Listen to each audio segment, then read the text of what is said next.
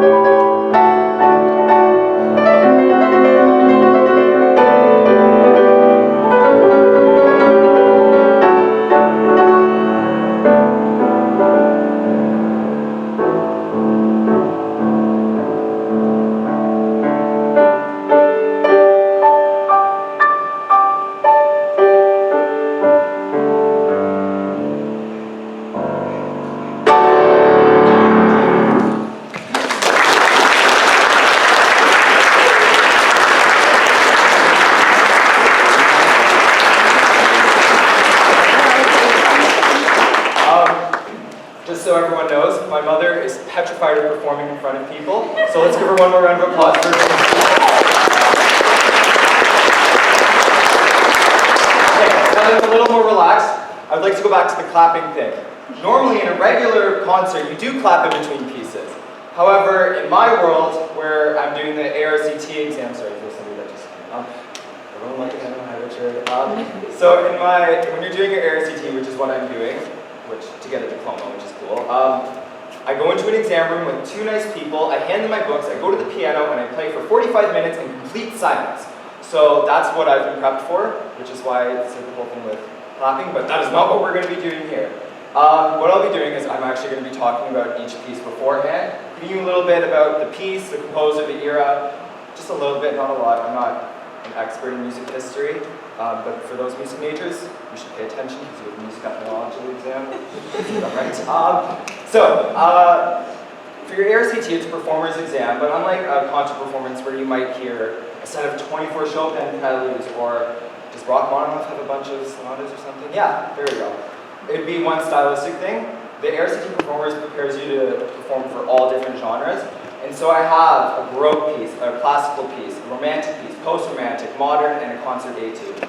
So 6 very different pieces. I'm not going to be playing them in chronological order of A, B, C, D, E, and then concert etude. The first one I'll be starting off with is actually my modern piece, which is the Etude de Sonorité by Morel. So Morel was a French-Canadian composer, and for those of you that listen to modern music, you know it can be very atonal, and that's exactly what this piece is. It is loud, bangy, there's a nice melodic part in the middle, but otherwise it is very atonal. And the name really means that. Etude de Sonorité is a study of sonority, which in music means sound and harmonies, and so that's exactly what it is. He played with sound. So yeah, it's loud, bangy, it's entertaining to watch, and I hope you enjoy. And yeah, you'll clap after the piece. You'll know when time. My hands will go down. Okay.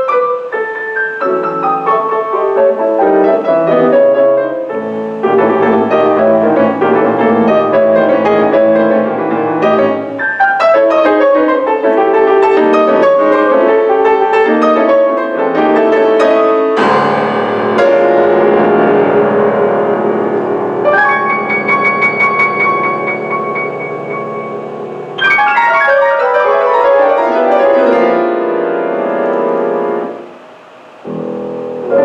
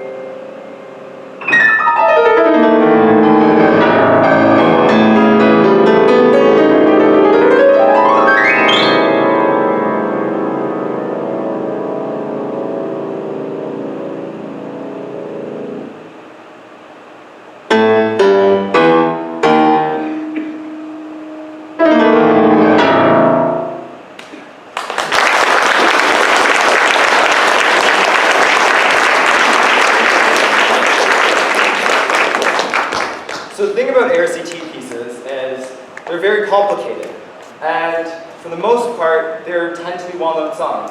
However, with the last song, if I had played a wrong note or forgot a chord, you would never have noticed. We now are going to go in the complete opposite direction, all the way to the Baroque era, which is the oldest one, where it is very clean, it's Bach. So when Bach was writing music, they were working with clavichords and harpsichords, not the keyboard, not this type of piano as we know it, which meant that notes didn't sustain. So if I played a note like this, it wouldn't, oh, that's a bad example. It wouldn't hold out like that, it would be a short note. And so oftentimes what they had to do is they filled up the sound because it's very short sounding music, it's not short sounding music, it's short notes. And so it gets complicated, and what Bach was really known for was his ability to write counterpoint. So a fugue is it's a prelude and fugue. I'll start with the prelude. The prelude is just a short little warm-up piece. The fugue is the main body. The fugue is a very structured piece. It has 3 voices which are carried throughout the entire song to the last line where he makes it 5 voices for fun. But they introduce each voice separately with a theme. And there's a theme, and then there will be a counterpoint, or counter theme, which goes contrast to it, but it is equally complicated. It's not necessarily not the melody, it just harmonizes well. I don't know if that makes any sense, what I'm saying, but maybe you'll pick up on it. So yeah, with clapping with this piece, there's a prelude, it's short, you'll hear me finish, and then there's going to be a much longer piece. So after 1 minute, don't clap. Great.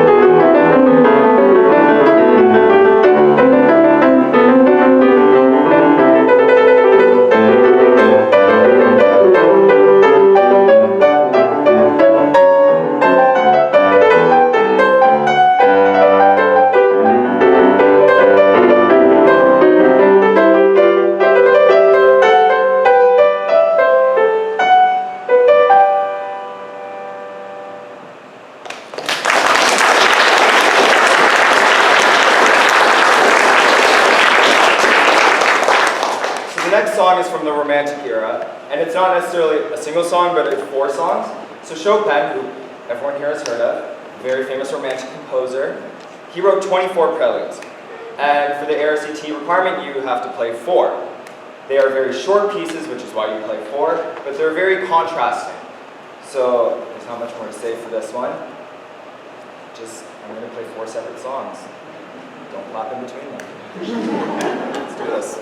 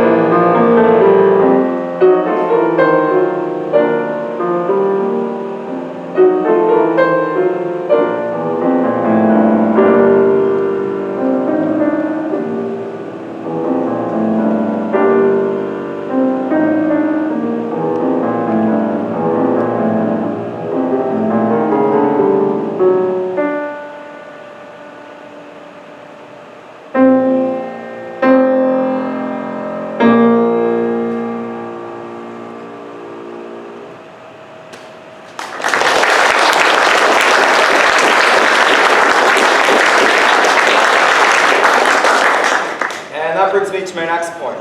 RCT is a 45-minute program around where I memorize 6 pieces completely.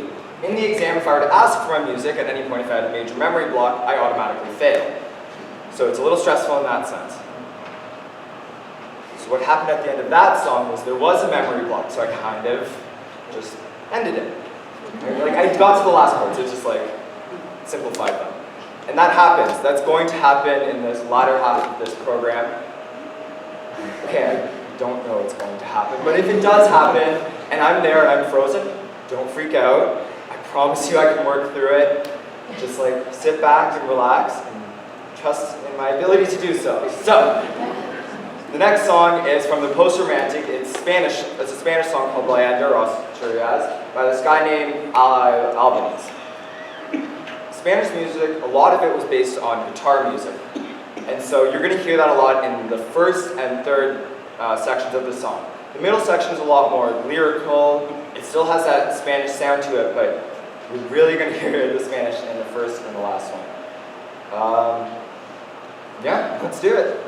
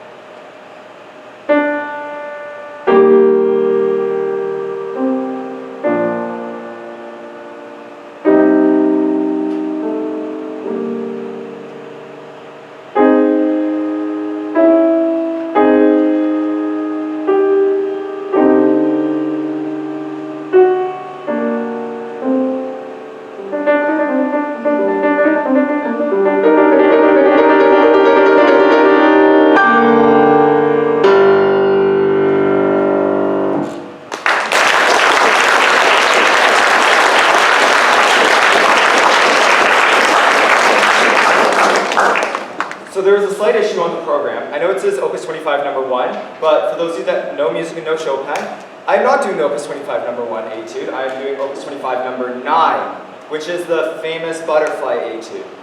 If you're expecting to hear a nice Chopin piece, that's not this one. It is fast, it's a minute long, it is very difficult. It took a solid 2 years, not 2 years, a year and a half for me to learn and kind of be able to perform it. And so we're gonna go for it. It's a nice one. Let's hear it.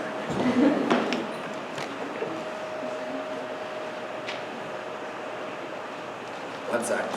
I promised I would talk a little bit about what pieces are and stuff. An etude, for those of you that don't know, is a study, yeah, we can translate it, we're all Canadian here. So an etude really focuses on one technical aspect of a piece.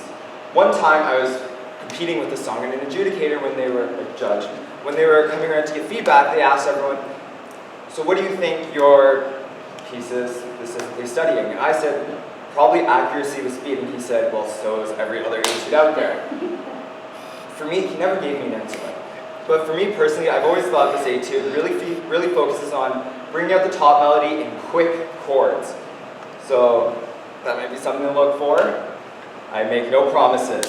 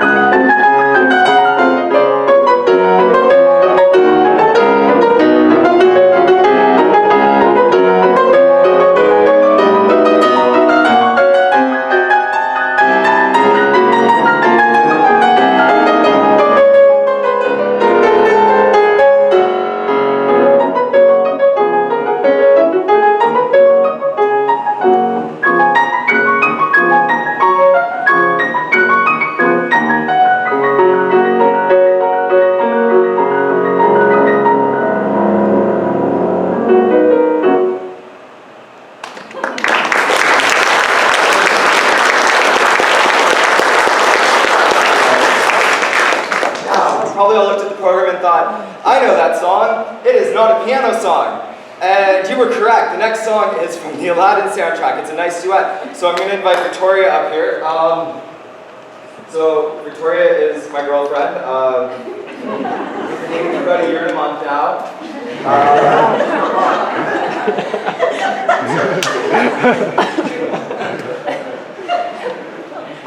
We did do a warm-up before this began. However, since iced tea is nice, however, this thermos is also very good at its job, and I just rubbed my tongue again. So, Victoria and I, for those of you that know us, really like to watch Disney movies.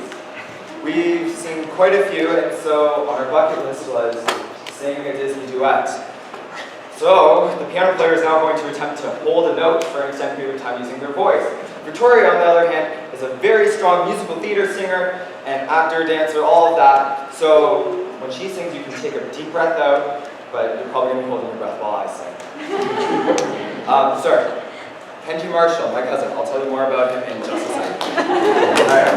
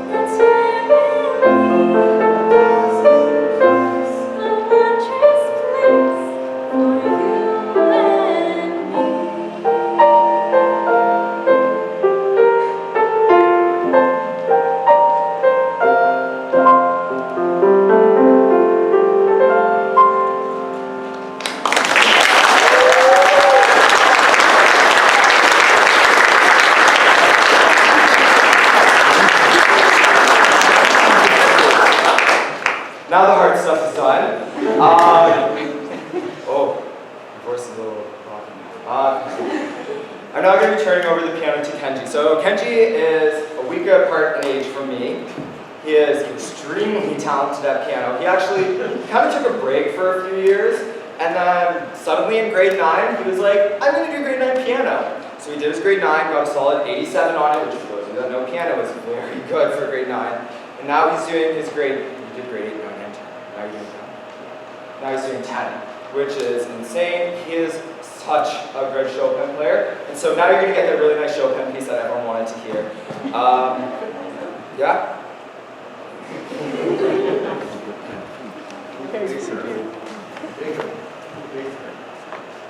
Again, Auntie Debbie, my mother's sister. Okay.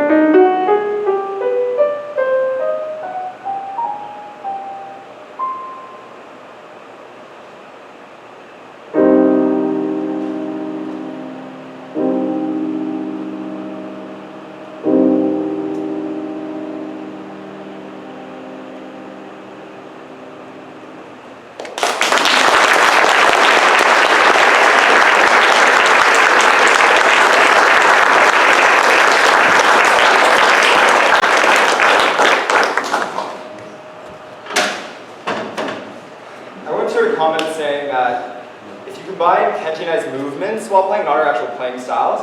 You would have a concert performer, and what that means is Kenji does this thing when he plays a big chord, where he kind of jumps out of the seat a little, and I have big overdramatic arms, and performers do both. So, okay, so the next song, you probably wouldn't recognize it from its opus number. I know I wouldn't, I just looked this up to put it on there. This is the Moonlight Sonata, Beethoven's very, very, very famous sonata. The first movement, everyone knows every single note, which is very stressful for me, which means I cannot fub anything. And then the second movement is a very nice, quick scherzo in trio, which actually Beethoven created from the minuet in trio. And then finally, third movement, which probably half of you know, and it's very fast, very long, and it just goes and goes and goes. So, oh, 3 movements, there will be silences in between each.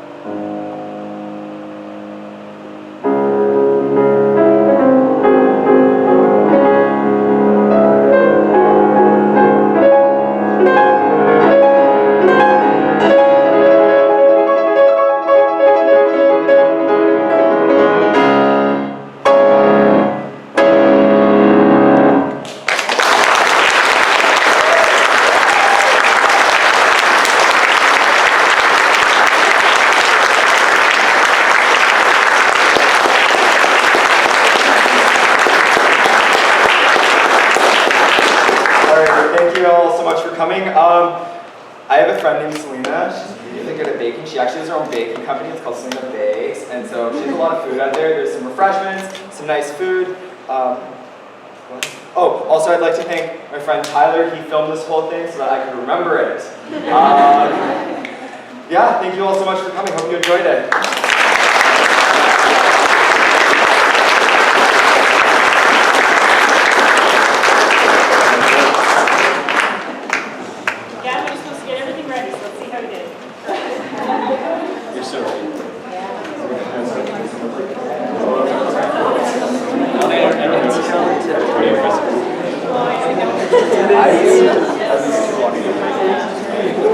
Right now it's on. Very good.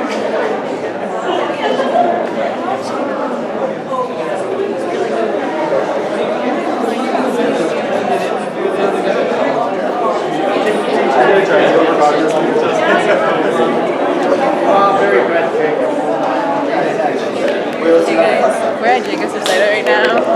Just finished. It's been a good time. Yeah, here we are. You know what's strange? Sweat is not oily. I'm trying to blot the sweat off of my forehead and I can't. Because you can't blot. Because when you blot sweat, the sheet just gets wet. Blot. It doesn't get. Watch, ready? The oil doesn't.